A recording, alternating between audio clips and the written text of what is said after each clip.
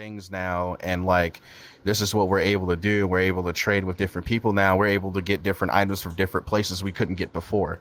Right. So obviously Yeah. that's going to generate a new market, and that's going to generate, new things that come with that. But what wasn't calculated was the fact that while all this development was going on, you need a bunch of people under you that's going to that's going to actually regulate, your trading lines. You're going to need people that's going to be able to bring these things from back and forth to these different nations, and that means there's going to be a new demand for these commodities to be made to be sent Right. to other countries. And Hmm. like this is where the first essence of the bourgeoisie was made. This is where like the modern day capitalist system sort of kind of spawned, you know? Okay. Yeah. Yeah.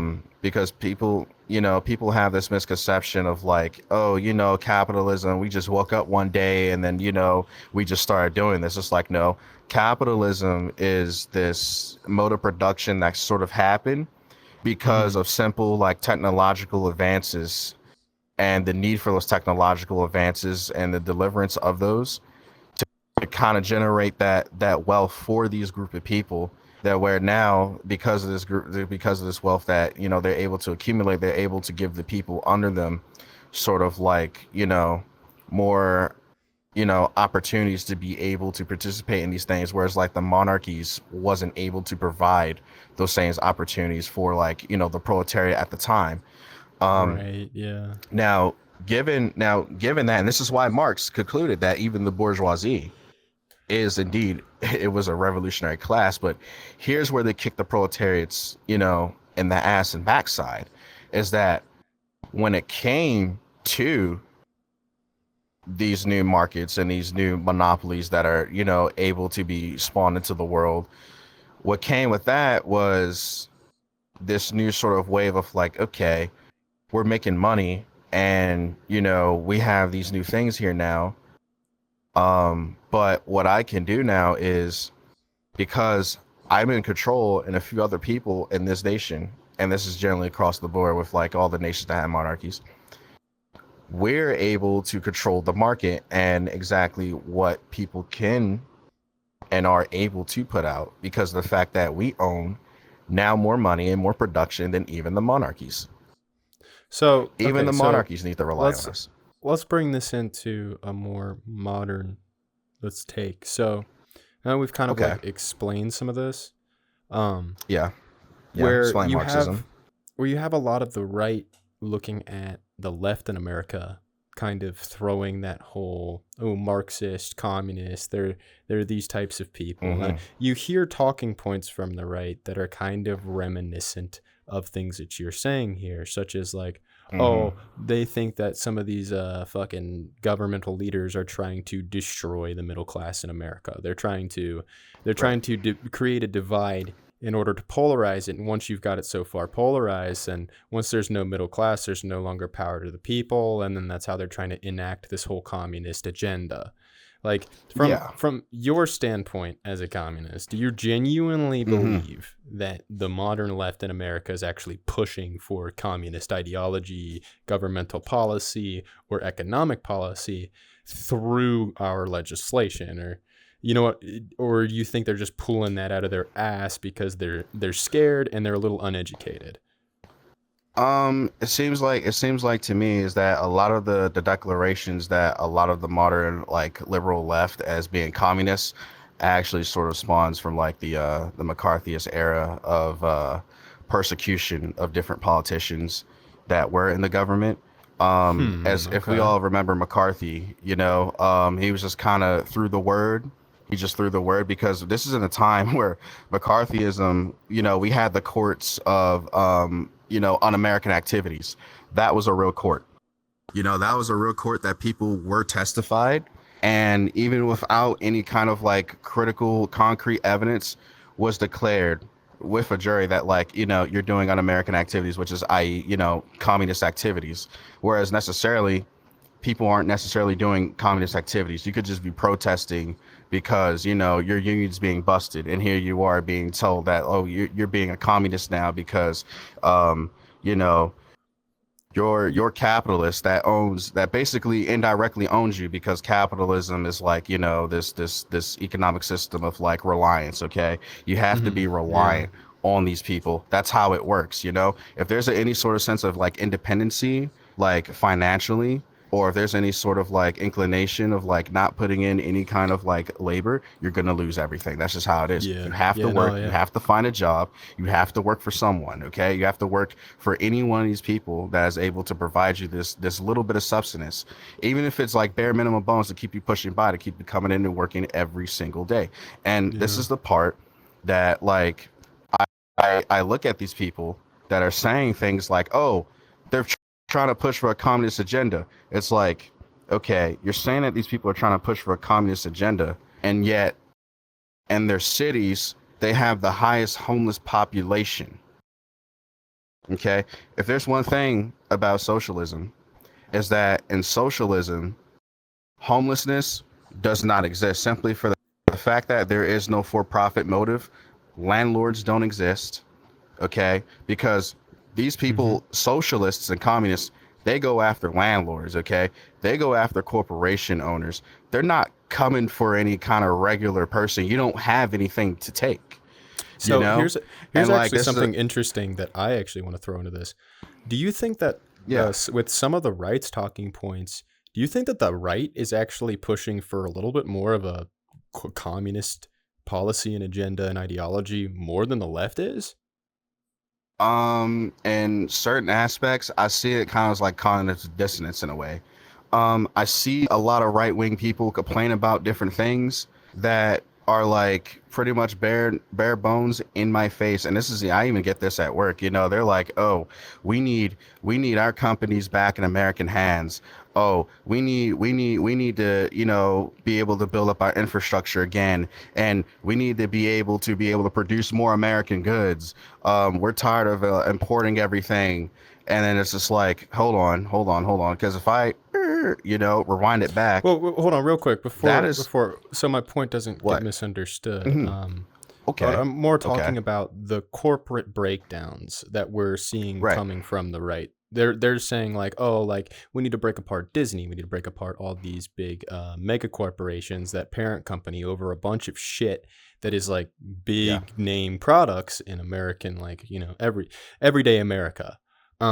Right. That's kind of what I'm saying. More of the business end.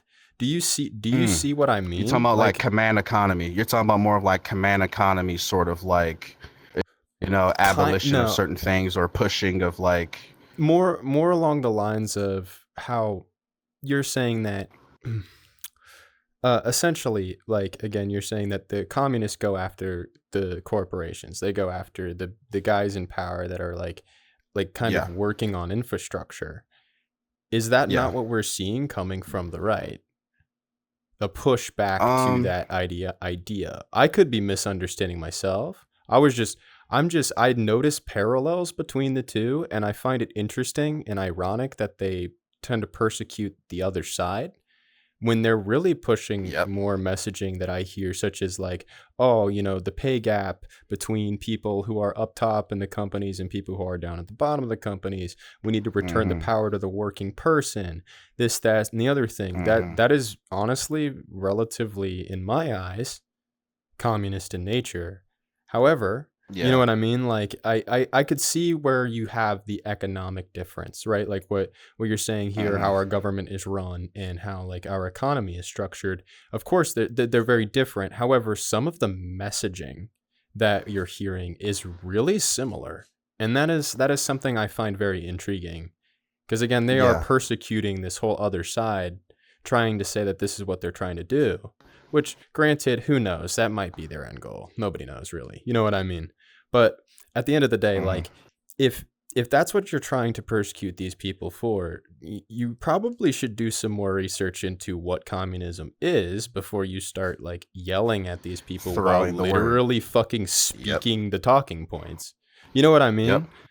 Okay, so Mm-hmm. okay, you kind of see what I mean now. I was just trying to make sure Yeah. that Yeah. didn't. Yeah. Okay. Yeah, you know Like what I that mean. that's the thing. Like the most common complaint that I hear from a lot of right wingers is the fact that they want to take their country back. They want to be able to see their country blossom economically again. They want to see money go back into their country. They want to see some type of domestic development.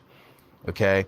And these are the things of like literally why like even nations like, the Soviet Union in the 1940s or like, post the war were driving too, because they were like, we want our nation, we want our infrastructure back because everything was bombed to smithereens. Okay, we want to be able to Yeah. restart our production lines, things of this nature. You know what I'm saying? Because like I'm not Yeah. gonna lie to you, I'm pretty sure there are a lot of parts in American cities right now that probably look like bomb 1940s Moscow. Actually, I can attest to You this. know? I've lived pretty much everywhere, so I've kind of Yeah. seen every place in this nation. Plus, I've vacationed. It's this. This is a stupid excuse, but I have vacationed Yeah. a while, so I've driven up quite a bit on top of that too. Plus, it was my job for a Mm-hmm. bit. I used to drive trucks, so I was everywhere. And what's interesting to me is Yeah. again, like, there's parts of this nation that are completely abandoned. There are so many cities that you don't even know, little towns, old style fucking, Americana towns. You're talking about the fucking lines of fucking buildings, like the old Wild West. You know what I mean? And that Yeah. shit, dude, you will see like bunches of those places driving through, especially like the middle of the nation. You know what I mean? The plains and the fucking, Mm-hmm. where like a fucking like Kansas type shit. Everybody, you know what I mean? There's a lot of Yeah. abandoned ghost towns. And in fact, where I live right now, there's like two or three buildings right up the road that used to be a bank, a post office, a small little section of town. In fact, Yeah. like Mm-hmm. we have our own town district in name. However, it's not Mm-hmm. recognized by the city anymore because nobody fucking lives here. And that's something that I Yep. feel like a lot of Americans just completely forget about, is that there's large portions of this nation where they still have fucking dirt floors in their bars. And like Yeah. there's a big wealth disparity, and it's not Oh even just on yeah. top of It's like wealth. It's more like a living it's situation disparity. You know what the it's fuck I it's even mean? more, yeah, and it's even more prevalent in the South. It's even more prevalent in the South. Mhm. There are plenty of impoverished white folk that live down in the South, and like they still have like dirt roads, and it's not like they don't work. These people work. These people They have work a jobs. lot. They They work have a lot things. more than y'all motherfuckers probably do, Holy Yeah, shit, that's what I'm yeah. saying. Like, these are manual labor. Some of these people actually built the cities that are like, 20 miles away that, have like all the latest like technology things that's in them, and that people actually, visit and, buy, and there's commerce there. You know what I'm saying? But yet these people go back home to their trailer parks where there's like dirt roads, and there's underdevelopment. I mean, there's people that live in homes where they don't have like adequate plumbing in them.